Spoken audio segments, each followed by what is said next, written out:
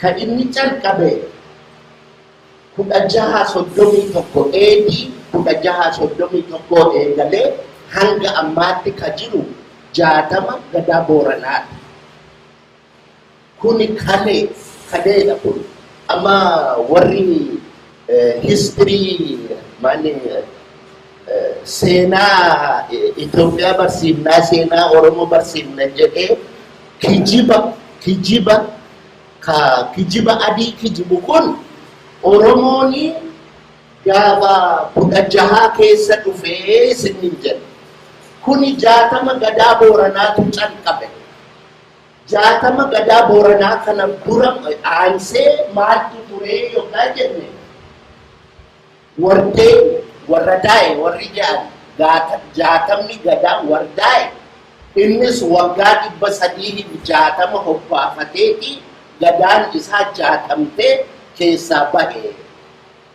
Isarraa eenyutu fuudhe? Booranatu fuudhe.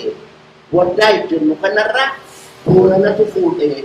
Kan nuyi har'a Wardaa'e jennu kun hin jiru, nama jiruudha, nama arginuudha, nama beeknuudha. Hin beektanii miti Wardaa'e?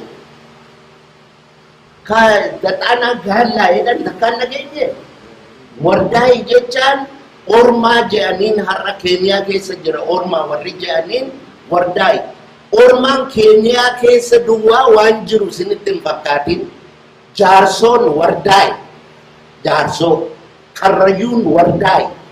Numa jira Oromiyaa cufa keessa jira har'allee.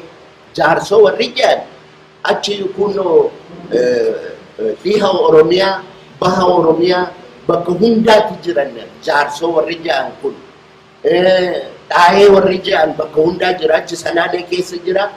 Wallagga keessa jira yookaan afaan warra amma Daarimuun Wardaa'e keessa jira. Ammoo Oromiyaa guutuu keessa jira. Kuttaa'een akkana. Gosa Wardaa'e yoo dhaqxanii har'a ilaaltanii maqaan gosa sana qabu Oromiyaa hundumaa keessa jira. Kijiba kan inni history Oromootii jedhanii isin barsiisanii kijiba waan Oromoon beekuun abadan walitti hin jirtu. Akka kanaan quba qabaadhaa isin jechuudha. 60 Wardaa'e dura kan ture immoo maali? Kan jedhamutu jira. Abroojii yookiin Arroojii. Isin keessa namni Faqaaduu Waaqjiraa beektan hin jirtu. Amma gosi Faqaaduu Waaqjiraa fa'a Arroojii.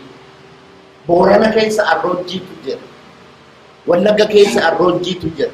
Arroojiin amma ka Harargee jedhan kana